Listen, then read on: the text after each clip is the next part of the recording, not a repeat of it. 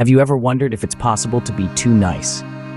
In the grand scope of human interaction, few things are as critical, yet as delicate, as the art of nicety. A smile here, a polite nod there, and voila, you've successfully navigated the labyrinth of social etiquette. But what happens when you tip the scales? What happens when you are chronically nice? That's what we're here to discuss today. You see, being nice is a virtue, a trait that we all should strive for. It fosters harmony, builds relationships, and bridges gaps. However, there's a thin line between being nice and being too nice. And walking this tightrope can be a tricky affair. When you're overly nice, you might find yourself in situations where others take advantage of your kindness. They might see your niceness as a sign of weakness, a green light to walk all over you. It's like giving someone an inch, and they take a mile. You sacrifice your needs, your wants, and at times, even your self-respect, all in the name of being too nice. And the irony is, being too nice can actually lead to the opposite of what you intended. Instead of fostering respect, it can breed contempt. Instead of creating a positive environment, it can lead to an imbalance of power. The truth is, being overly nice can create a dynamic where you're not respected. It can make you feel invisible, disregarded, and undervalued. It's a paradox that can leave you exhausted, frustrated, and feeling taken for granted. But don't despair. While the tightrope of nicety can be daunting, it's not impossible to navigate. The key is to find balance. A balance between being firm and being kind. A balance where you can stand up for yourself, yet maintain the harmony of your relationships. So strap on your balancing shoes, because we're about to take a walk on the tightrope of nicety. We're about to explore the fine line between being nice and being too nice. Let's delve into some real-life examples to illustrate this further. Consider the case of Sarah, a manager who was known for her kindness. Sarah was a beacon of affability in her workplace, always ready with a warm smile and a helping hand. But her excessive niceness soon became a double-edged sword. Sarah's team began to see her kindness as a weakness. They started to take advantage of her good nature, knowing she would never confront them. Deadlines were missed, and tasks were left incomplete, with the team members confident that Sarah would step in and finish the job. In the beginning, Sarah did just that. She worked late into the night, correcting errors, completing tasks, and meeting deadlines. She believed that by doing so, she was fostering a supportive and positive work environment. But what she failed to realize was that she was setting a dangerous precedent. Her team no longer felt the need to strive for excellence or meet their responsibilities. They grew complacent, knowing that Sarah would always be there to clean up their mess. The overall performance of her team began to decline, and Sarah found herself shouldering the blame. Her superiors started noticing the drop in productivity.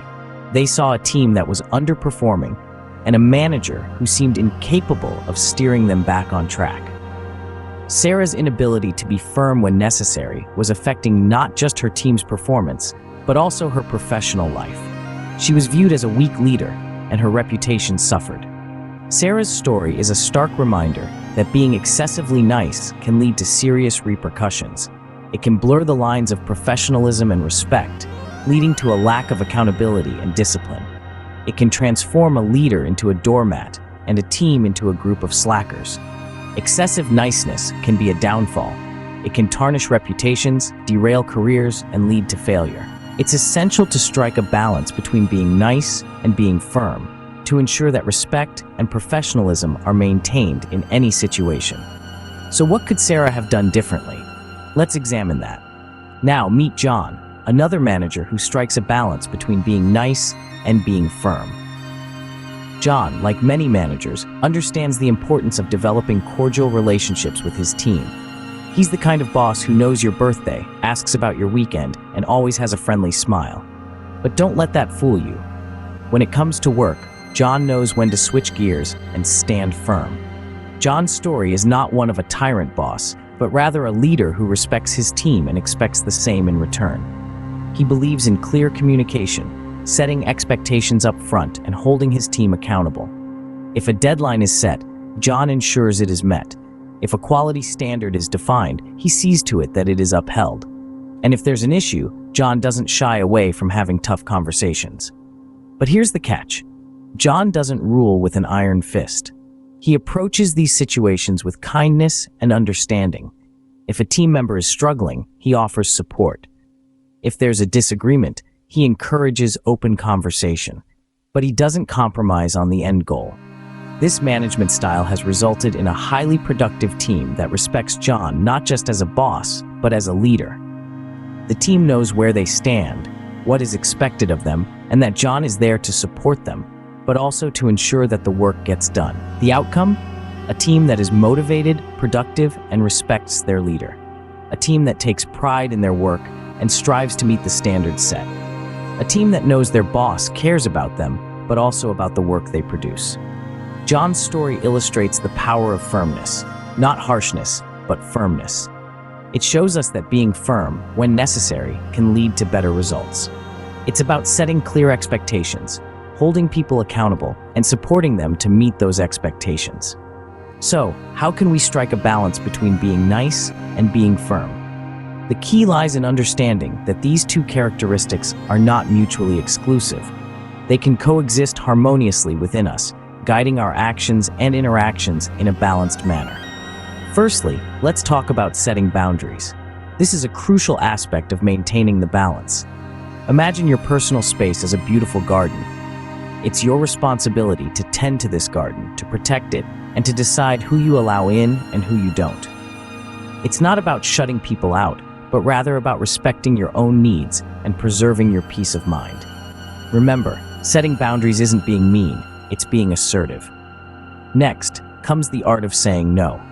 This can be a challenge, especially for those of us who are accustomed to pleasing others. But here's the truth. You can't pour from an empty cup. Sometimes, you need to say no to others in order to say yes to yourself. And that's okay. It's okay to prioritize your well-being, your time, and your energy. Saying no doesn't mean you're not nice. It means you're self-aware and self-respecting. Now let's clear up a common misconception. Being firm does not equate to being rude or unkind. It's about standing your ground respectfully. It's about expressing your thoughts, feelings, and needs in a straightforward yet considerate manner. You can be firm and still maintain a gentle tone, a friendly demeanor, and an open mind. In the grand scheme of things, it's about finding that sweet spot where you can be kind without being a pushover and firm without being aggressive. It's about understanding that your worth is not defined by how much you sacrifice for others, but by how well you respect and uphold your own values and boundaries. In the end, it's all about respecting ourselves and others, and understanding that it's okay to be firm when the situation calls for it.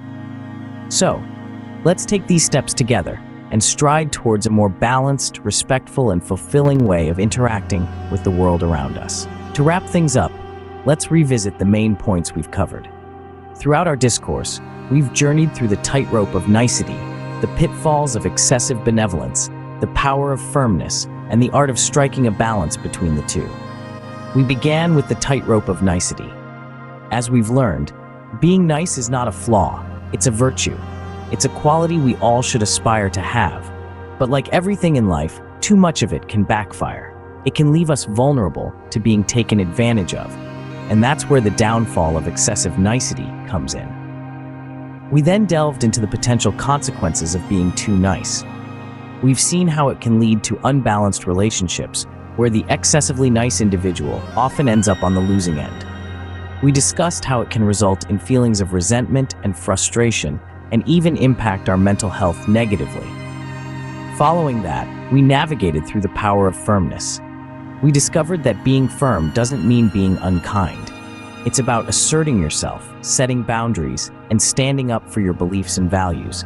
It's about respecting yourself enough to say no when necessary and not feeling guilty about it. We also explored tips for striking a balance between being nice and being firm. Remember, it's not an either-or situation. It's about being kind without being a pushover, assertive without being aggressive. It's about understanding that it's okay to put yourself first sometimes, and that your feelings and needs are just as important as anyone else's. In conclusion, while it's important to be kind and considerate, it's equally crucial to stand your ground when needed. Let's not let our niceness be our downfall. Let's use it as a strength, coupled with the power of firmness. Remember, being nice is a virtue, but don't let it become your downfall. It's okay to be firm when you need to be.